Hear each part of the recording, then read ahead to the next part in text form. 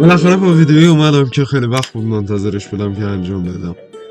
حالش دادیم داخل پروژه زامبایت که هر روز اگر من بتونم یه روز رو دووم بیارم بعد روز بعدیش هم دووم بیارم. یعنی چی؟ بذار اینطوری بگم. امروز من یه ویدیو میزنم که چالش گذاشتم که یه روز رو شکست بدم، حداقل یه روز داخل پروژه زامبایت بتونم زنده بمونم. اگه این 24 ساعت بگذره من میرم سراغ چالش 2 روز، یعنی یه کاراکتر جدید دوباره از اول 2 روز و همینطوری ادامه پیدا میکنه، مثل دقیقا چالش های شنایی که بعضی انجام میدن. حالا داستان اینجاست، اگه من نتونم اون چالش رو شکست بدم باید هر روز، حالا چند وقت یه بار که ویدیو میذارم، انقدر اون چالش رو برم تا انجام بدم. قضیه از این قراره. وسطش هم نمیدونم حرف بزنم یا نه از ویدیو. البته میگم توضیح میدم، داستان توضیح میدم که چی به چی. با توجه به چیزایی که در گذشته نگاه میکردم، چون من پروژه زامبوی زیاد نگاه میکردم، فعل گذشته دارم استفاده میکنم، دنبال یه سری وسایل بودم مثل کنپنر واسه اینکه بتونم غذای کنسروی رو باز کنم و بخورم. دنبال یه سلاح نزدیک میگشتم مثل چاقو، مایتابه یا هر چیزی که بشه باش خوب دمیج داد که استفاده کنم و در مقابل زامبیا از خودم دفاع کنم. دیگه دنباله باید یه مکان خوب میگشتم واسه حالا روزا رو گذروندن.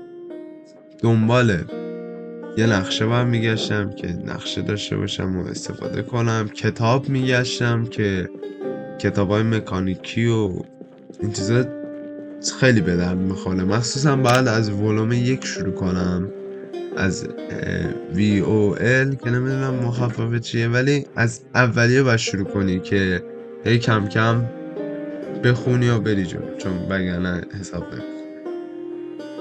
پس ما اینجا اولین کاری که باید میکردیم دنبال یه مکانه درست واسه زنده موندن بود. حالا آب که همراهمون ببریم. بطری پیدا کردم، نمیدونم ویدیو همزمان با هم پخش نمیشه. بطری ها رو آب پر کردم که تو مسیر از آب بخورم. غذای یه سری غذا از داخل یخچال برداشتم که وسط راه حالا شد بخورم، گشنم شد یا هر چیزی. البته ذهنم غذا بر نداشتم. بطری های کنسروی رو برداشتم، البته اینجا بر نداشتم، جلوتر. آره همین. در کل این که فعلا این چیزا رو داریم درست میکنیم، این کارا رو انجام میدیم. اصلا میدونی چیه؟ دیگه حرف نمیزنم، بشینید گیم پلی رو نگاه کنید. هیچی به ذهنم نمیرسه بگم. سر این ویدیو هم زحمت کشیدم. لایک کن، ساب کن، کامنت بذار، کامنت خوب خوشگل بذار. نه آره، خداحافظ.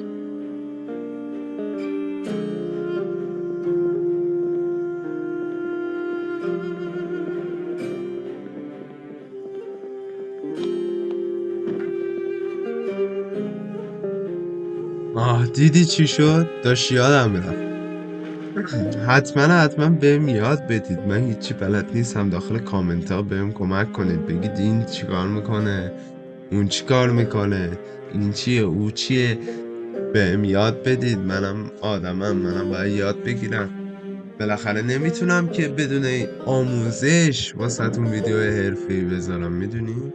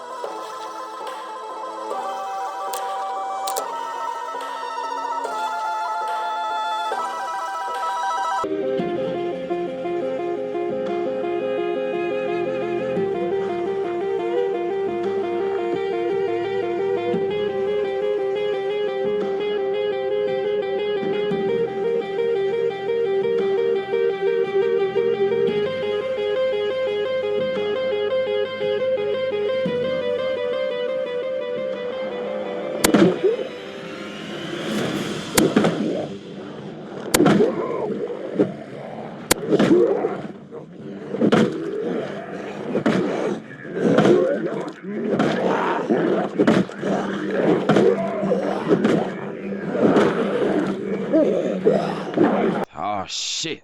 Here we go again.